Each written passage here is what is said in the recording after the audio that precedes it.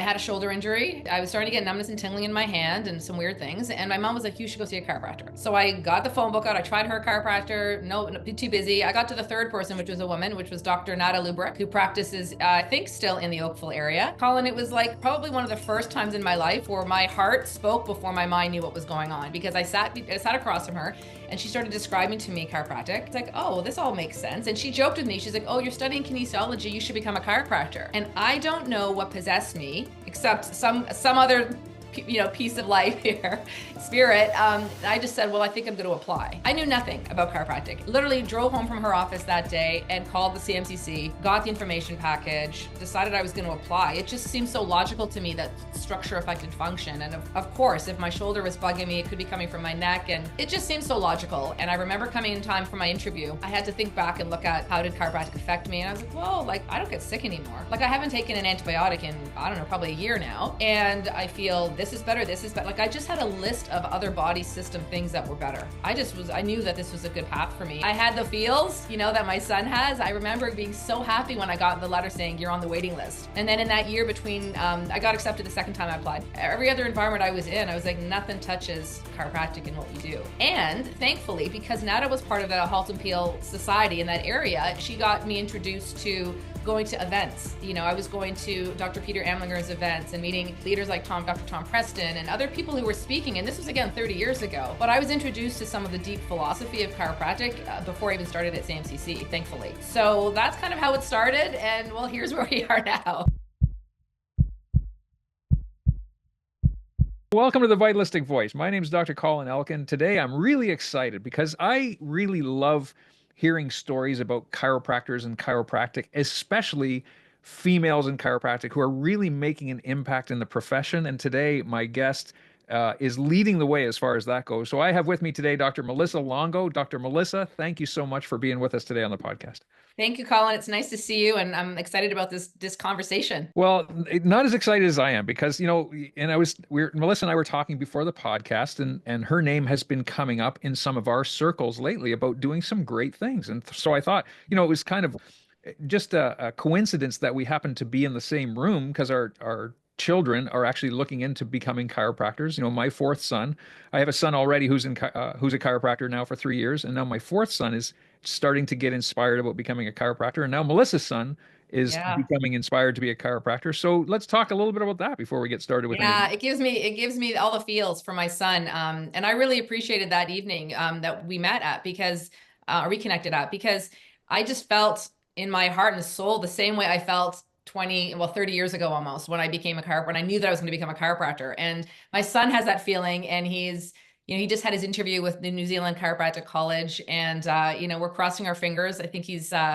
close to hopefully getting an acceptance, and he'll start his studies next February. So I'm very excited for him. And I think I know his vigor and excitement for chiropractic and being in that room with other students and other docs was very invigorating for me. And I don't even think I need that much inspiration about chiropractic, but yeah, it's exciting to think about his passion and purpose in chiropractic. And hey, I want to ask you this too, because this is very exciting for you and obviously for him because your son is starting, like he's accelerating the program. He's very young and he's going Yeah. to finish his undergrad courses at New Zealand. That's the Yeah. plan, right? Because I think, am I correct in saying he's only 18?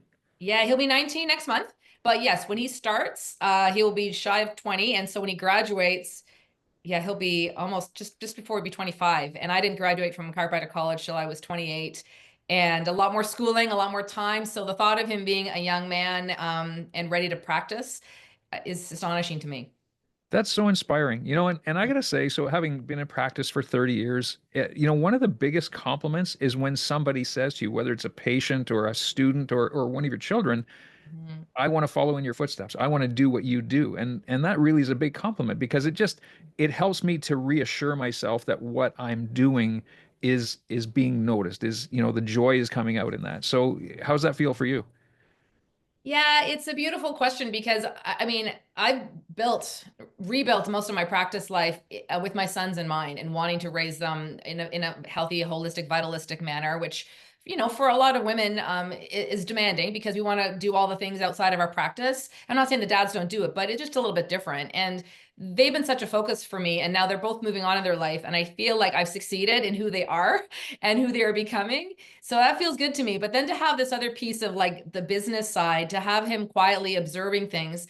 I mean, he's blessed because both of his parents are chiropractors. And also, we have very different practices. His dad runs a different practice, a different size, very similar, 100% similar philosophy, but different in its practice style.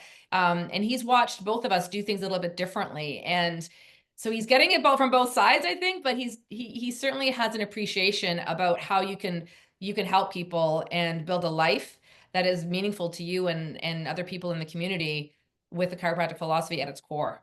Yeah, isn't that so cool? So on that note, I'd love to go back and ask you, what inspired you back in the day when young Melissa was getting excited about what she's going to do in life? How did you get into chiropractic and what made you go in that direction? I was studying kinesiology at McMaster, and I had a shoulder injury, and I was starting to get numbness and tingling in my hand and some weird things. And my mom was like, "You should go see a chiropractor." So I got the phone book out. I tried her chiropractor. No, no, too busy. I got to the third person, which was a woman, which was Dr. Nada Lubrick, who practices, I think, still in the Oakville area. And Colin, it was like probably one of the first times in my life where my heart spoke before my mind knew what was going on, because I sat across from her, and she started describing to me chiropractic. And I was like, oh, this all makes sense. And she joked with me. She's like, oh, you're studying kinesiology. You should become a chiropractor. And I don't know what possessed me, except some other piece of life here, spirit. I just said, well, I think I'm going to apply. I knew nothing about chiropractic. And so I saw her, literally drove home from her office that day and called the CMCC, got the information package, decided I was going to apply. It just seemed so logical to me that structure affected function. And of course, if my shoulder was bugging me, it could be coming from my neck. And it just seemed so logical. And so sure enough, I got adjusted consistently, and I applied to CMCC. And I remember coming in time for my interview, and I had to think back and look at how did chiropractic affect me. And I was like, whoa, like I don't get sick anymore. Like I haven't taken an antibiotic in, I don't know, probably a year now. And I feel this is better, this is better. Like I just had a list of other body system things that were better. And that definitely, being around NADA as well, and seeing the benefits of chiropractic, I knew that this was a good path for me. And then I had to apply. I got on the waiting list the first time, but I had the feels, that my son has. I remember being so happy when I got the letter saying you're on the waiting list. And everyone's like, "Why, you didn't actually get in?" I'm like, "No, I didn't get in, but I know. I just know this is going to be my path." And then in that year between, I got accepted the second time I applied. And I volunteered at physio offices and occupational therapy offices, and I was really into health and fitness, so I was doing all those things. And it's still, every other environment I was in, I was like, nothing touches chiropractic and what we do. And thankfully, because Nada was part of the Halt and Peel Society in that area, she got me introduced to going to events. I was going to Dr. Peter Amlinger's events and meeting, leaders like Dr. Tom Preston and other people who were speaking. And this was again 30 years ago. But I was introduced to some of the deep philosophy of chiropractic before I even started at CMCC, thankfully. So that's kind of how it started. And well, here's where we are now. Yeah, that's great. It's awesome to hear the progression and the transition. So I'm curious now, and obviously as a CMCC grad myself, obviously you surrounded yourself with people who poured into you as far as philosophically. How did you determine the way that you were going to practice after graduation? I think I knew it. I knew it going in. I knew that I wanted a family care practice. I knew that I wanted to see babies and kids. So I took the ICPA training right from the beginning. I think we always knew too. So my ex-husband is a chiropractor as well. So we met at CMCC, and we both knew. I don't think we ever thought we would be associates, so we would locum, and he had spent some time doing that. So he got to see a lot of different practice models and styles. So then by the time we were ready to open our practice, we opened our practice with a 6-month-old baby. Our first son was born actually like a week after convocation. My due date was convocation date from CMCC. So there was a lot going on for me at that time. But I think we just knew that we weren't going to practice any other way, because so many of our mentors and role models had their own practice and all had family practices. And we saw the joy and the vitality, and the income and the lifestyle that they were all having. That was just inspiring to us the whole time. And so even though we were at CMCC, thankfully, we had a fairly strong network of doctors and offices we could go and hang out with. I remember one year for a reading week, I just went and did a tour. I was like every day I was at a different office. Dr. Diane Meyer, Dr. Brett, Dr. Peter, obviously. And I just was traveling and seeing how different people ran their offices. And that just kept infusing me with the idea that I wanted to be around kids and families. So yeah, I think that's how it started for sure. You just nailed it. And that's one of the things that I've said many times over the years, including to my own boys, is if they're inspired to become chiropractors, to really go see as many different offices as possible and be exposed to different practice styles and different philosophies, because you're going to find what resonates with you the best. Don't just Yeah. go off what you know. And I mean, obviously, kids growing up in a chiropractic family, they think differently. They really do. They get exposed to different, mentalities and philosophies. Yeah. So they think differently than other kids, but to go see different offices is really important. I don't know if you remember this, but your ex-husband Dave actually did a locum for us That's back in right. And we yeah, stayed at your back, house. yeah, That's right. I think it was yeah, Little Max. We probably had Max with this. Yeah, because I don't know any other life of being a chiropractor. Like I've always been a mom and a chiropractor. In fact, I became a mom first because I yeah. graduated and I had to start my licensing exam 6 weeks later. So it was, yeah, it's a big part of my life for sure. Yeah, and it's actually funny because our staff, who's actually still there now, even after we sold the practice, our staff has been there. So the one girl has been with us now for almost 28 years. So, and she lives and dies chiropractic.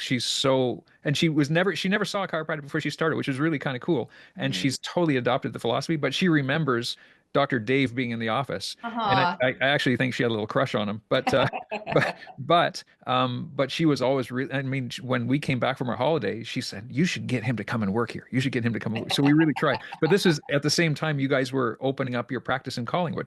Yeah, yeah, and we weren't sure where we were going to end up because he's from BC originally, and I'm from Ontario, and we wanted that kind of lifestyle. And we ended up in Collingwood because it was a little bit of both. It was a little Mm. bit of that smaller town, that community, the outdoor Four Seasons kind of playground. Not mountains, obviously, like BC has, but it's been a beautiful place for us to raise our kids and grow our businesses too. Sure. Well, and I mean, you guys grew a great practice there. So tell me about that. What was practice like for all those years, and what are you doing now? And you're involved in so many different things. So let's talk about that.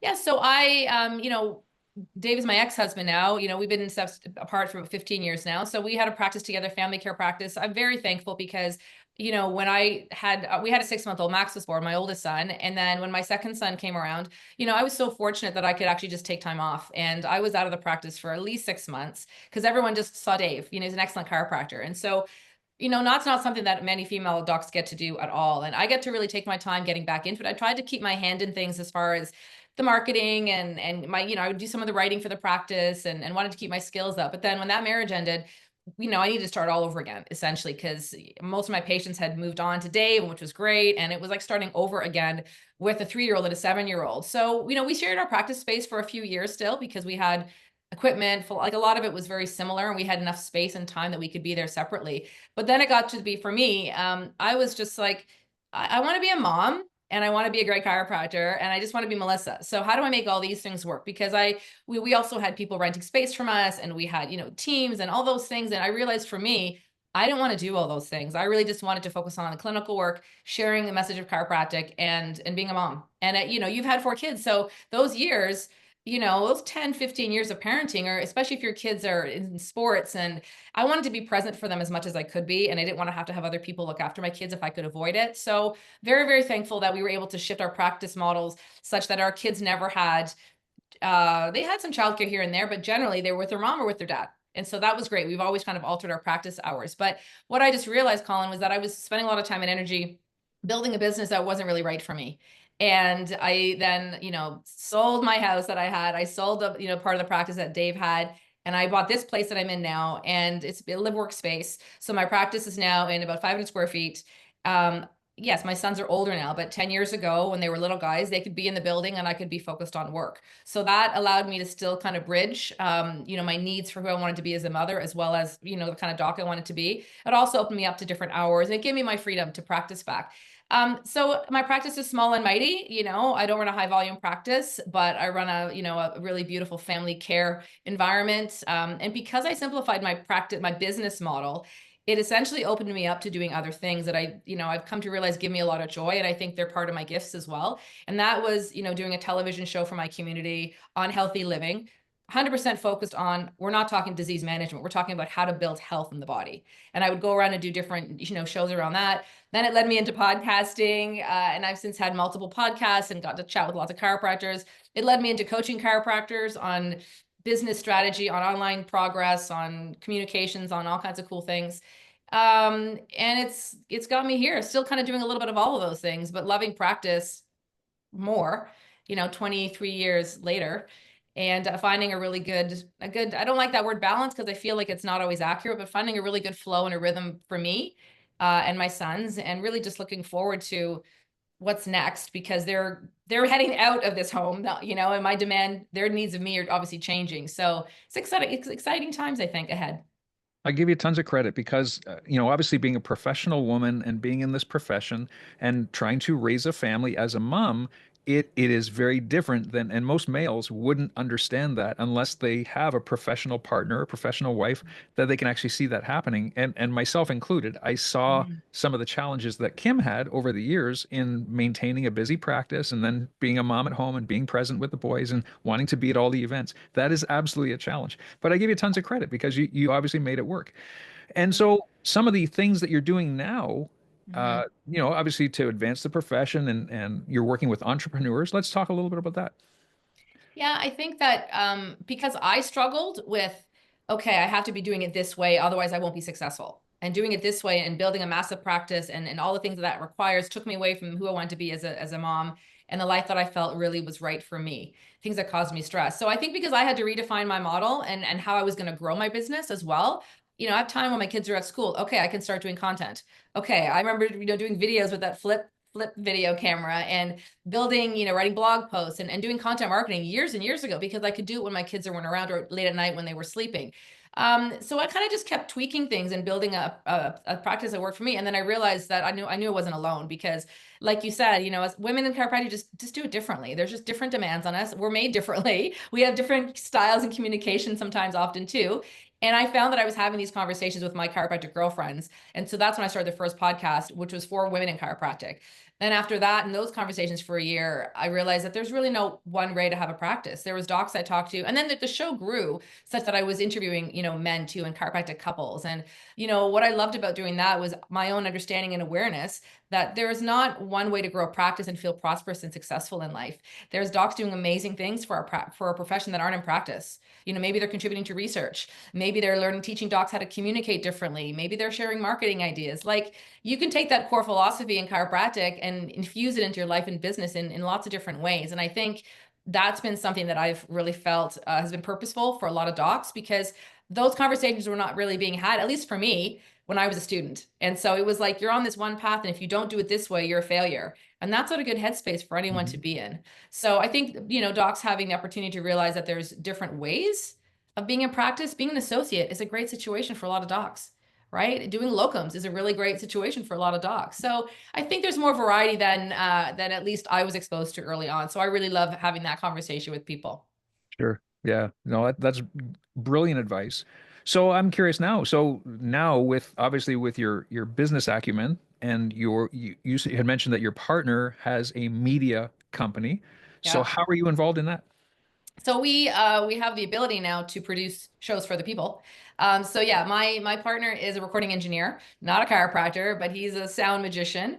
And so yeah, we've done some cool projects. It's a side gig for both of us because he produces my shows now. When we got together, I'm like, look, I've got all these skills over here, and you've got these skills. How do we put them together? So I still have my practice, and I still have coaching work that I do. But now we have this other little production company, and we get asked to do help people get set up. We have clients that, we'll either go in and actually produce their whole show. So meaning bring in all the equipment, get it sound ready. He'll do all the editing afterwards and make it sound really pro. And then we have clients who want to produce their shows at home or on their own schedule, have a very low budget. Great. And then we'll just advise them about, okay, here's how to start a podcast. Here are the things to talk about. Here's how to set it up. Here's the branding, the marketing. Like, here's the things the big picture. Here's a list of things we'd suggest you get, go do it. And then, he'll still clean up and do some of the editing for them that way. So we kind of have a range of services. We also do video production work for people too. We don't take the video, we hire a videographer, but It's interesting where life takes you. Like I really enjoy that piece because I'm in front of a camera a lot and I have been in front of a camera a lot, but when I get to direct other people, it's a whole different. I can see why some actors go from being, acting to directing and producing because you get a Sure. whole different lens of getting people inspired and comfortable and trying to capture something really cool. So, yeah, I guess I'm one of those multi-passionate entrepreneurs, call it. I've got a few different things going on, I guess. What do you like doing the best with all the things you're into? Chiropractic. Yeah. Yeah. Yeah, without a doubt. People ask me if I could just coach, would I do that? I'm like, well, sure, you're more portable. Like I can just do that. I can do it with a phone call. I've done coaching calls at the beach. But no, the hands-on care, the direct care with people, I hope that I don't have to give that up, right? Because of health or because of injuries or anything like that. Um, if I can always maintain a piece of it, especially right now, I mean, it's piece of my home is my practice. So I don't really have the massive overhead and another location and all those things. So if I can maintain this for years and years and years, definitely. But there's nothing like the power of chiropractic as far as the health intervention for the body and the chance to keep talking about that and sharing that with people and hands-on making those changes. Yeah, nothing beats it.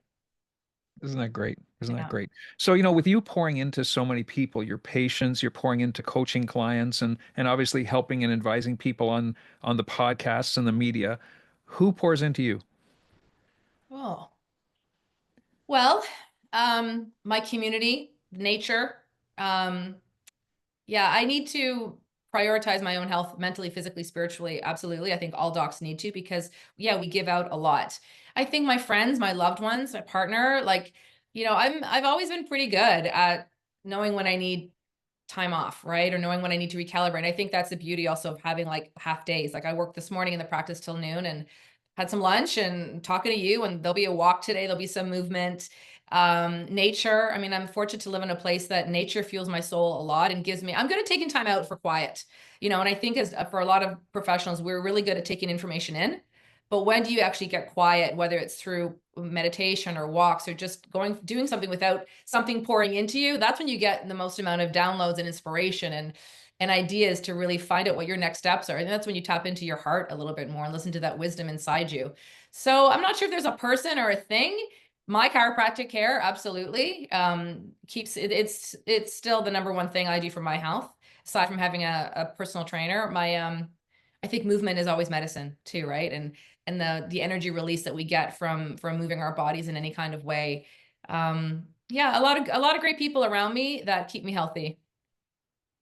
One thing that I'm really passionate about too is obviously seeing the profession advance, especially here in Canada, and Mhm. making sure that every student has the opportunity to at least be exposed to the philosophy of chiropractic that we all as subluxation based vitalistic style chiropractors, we fall in love with this philosophy. It just becomes part of us and we live our life by it and we raise our children by it. And it really impermeates our soul. And I think it's a shame that people don't get exposed to that. So Mhm. what would you say to, let's just say, to students who might be considering a career in chiropractic school? Or what would you say to students who are in chiropractic school, potentially at a college that doesn't teach subluxation or doesn't teach the philosophy of chiropractic? What advice would you have for them? Mhm. I think it would have to be what I would say two things. The first would be what we talked about earlier, in that just immerse yourself in different practice styles. Find out, whether it's listening to things or going to actually physically going to different offices, having those conversations, going to seminars and going to things that maybe you don't think you might like, because it's going to still open your mind up to something. If you are really vitalistic in your heart, then you got to keep that fire alive at most schools, right? So, Mhm. and Mhm. it's going to be infinitely, if you were a student, a prospective student, I would certainly look at the school's philosophy before going. I didn't know that before I went to CMCC, and also CMCC made the most sense because where my family was and find finances and all of that. But I remember being told by doctors, go to CMCC, get your papers. And that's not like they train you clinically pretty well, right? Got through the board exams, got all that, but they said, hang out with us and we'll really show you chiropractic. So I went into school with that already in mind, thinking this is just my ticket, right? It's not going to dictate how I practice. So I think making sure as a prospective student to surround yourself with a lot of different practitioners, because also techniques, there's a lot of different techniques in chiropractic. There's different ways of explaining things. There's different office setups. And I think the more you get exposed to that, the more you can start to craft what it's going to look like for you down the road, but I think it also grounds you in that inspiration. If I didn't have that the why and the knowing where I was getting to throughout chiro school, it would have been infinitely more difficult. I could see it as a stepping stone because I had a clear vision of the life I was going to, because I had a great tribe of doctors around me. So I think that's invaluable. And my second point about it, and I lost the train of thought, but it was find the right people, expose yourself. It'll come back to me because there was something else that I had for grads or Well, for prospective students. let me stimulate your memory. So, what Yeah. seminars do you like to go to? Oh, I haven't been to a chiropractic seminar in far too long right now. I think if you want to stay, in great philosophy, certainly. I loved CalJam, hands down. CalJam was always my most favorite. I loved going to California in February. I loved the speakers. I loved the music. I loved the people. I mean, that was my favorite thing. It probably still would be my top seminar I've ever been to. I used to go every year. Um, Chiropractic seminars. I haven't had a chance to go to some of the different ones that have happened locally lately. I think it's important to also just, again, like be exposed to different ways of thinking and doing things. I know the Parker just happened, for example, and a lot of people were like frustrated because maybe there weren't as many chiropractors speaking there, but there's also people there speaking about health and mindset and things that really make sense to us.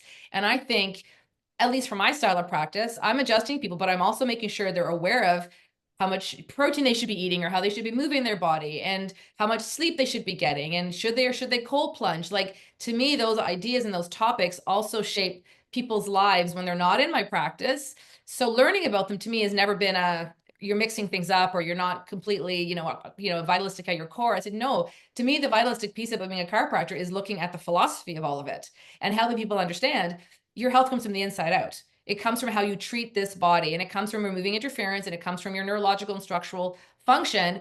But also, you can't just get adjusted and eat garbage all day.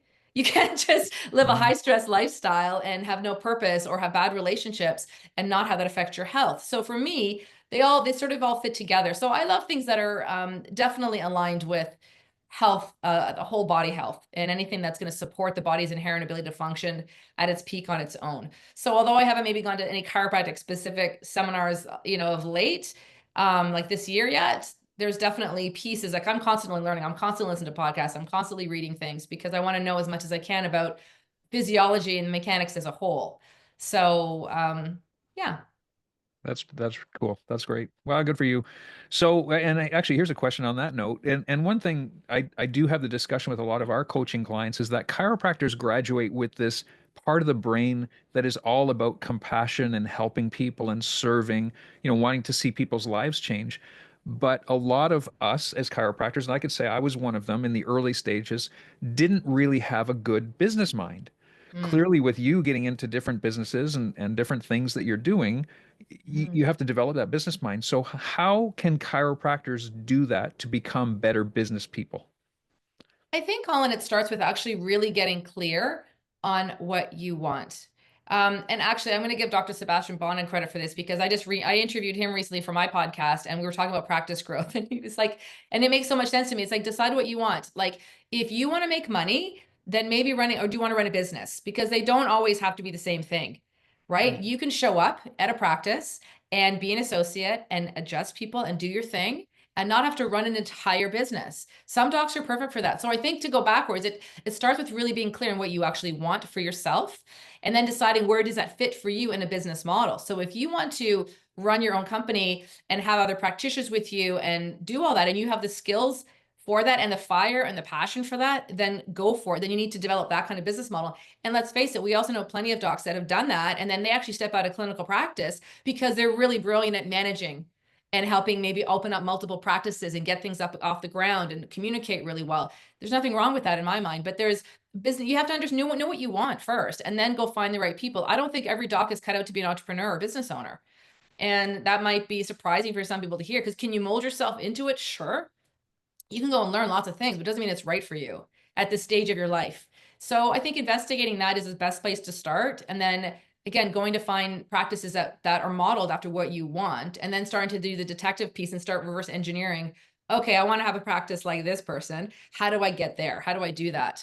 It all starts with clarity. And I can tell you so many docs that I had on my podcast previously, we'd have these great conversations. And then as you know, the cameras go off and we stopped recording. And then I've got these docs with massive practices finding out that I have this boutique thing going on. And they're like, how do I do what you're doing? That sounds great to me.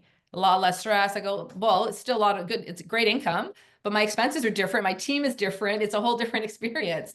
So it comes again, knowing what you want and then building that and not getting stuck down a path where you're forced into something because you think it's what you should want or what someone else told you should have, or someone on a stage somewhere made it look really easy. You have to really do some self reflection and some soul excavation, we'll say, to figure out what path is best for you, and be open minded enough to realize that that also may change throughout your lifetime. It certainly did for me.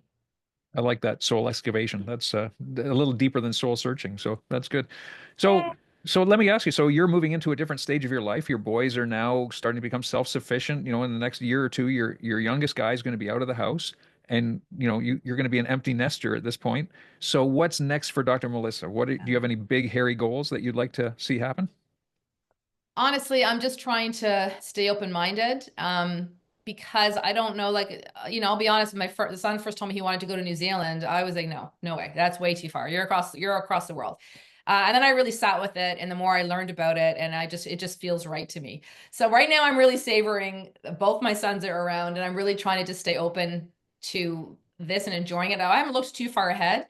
But I can't imagine my sense of energy and vitality changing anytime soon dramatically. I still love teaching. Teaching and sharing information, it lights me up, probably just as much as adjustments do. So, the goal of still having the chance to work with other docs and help them grow their practices or refine their practices and their lifestyle, doing that internationally. I'm definitely pursuing opportunities there.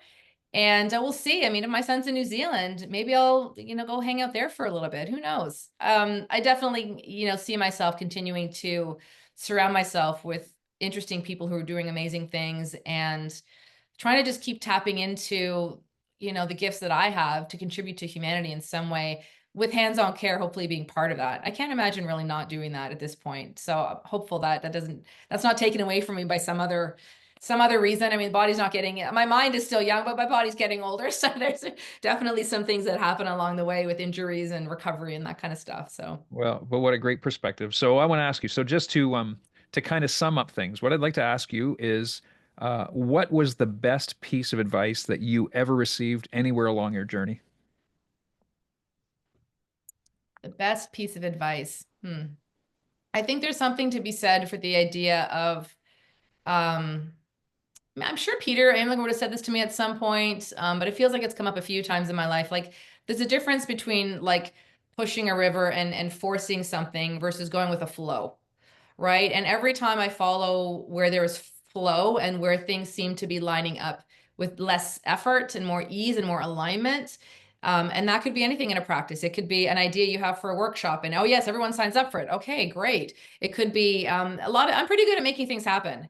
Like I used to be called, the queen of getting shit done when I was, working with other coaches and stuff because I can make things happen. And I've had to, but I'm good at executing on things. I'm really high on strategy and creativity. So I can do those things. But sometimes those ideas aren't ready to be done. And I think sometimes when I take a step back, I've seen this when I don't push things and I just try to watch where I want to flow more, which maybe sounds a bit woo-woo and metaphysical or something weird. But if I watch where my heart is leading me and that the ideas come and I follow those things, I'm not pushing them as much, things tend to flow a little bit more. That's definitely been the case this year so far. I've just sort of wanted to sit back a little bit more and not push things. So I think for anyone listening, ask yourself, if there's resistance that you're feeling with something you're trying, maybe you should sit back and ask yourself, is this really the right time or the right place or the right idea for you? And where is there flow and where is there ease? And how can you lean into that more? Because that might direct you more to where you're supposed to be now, not necessarily forever, but for now.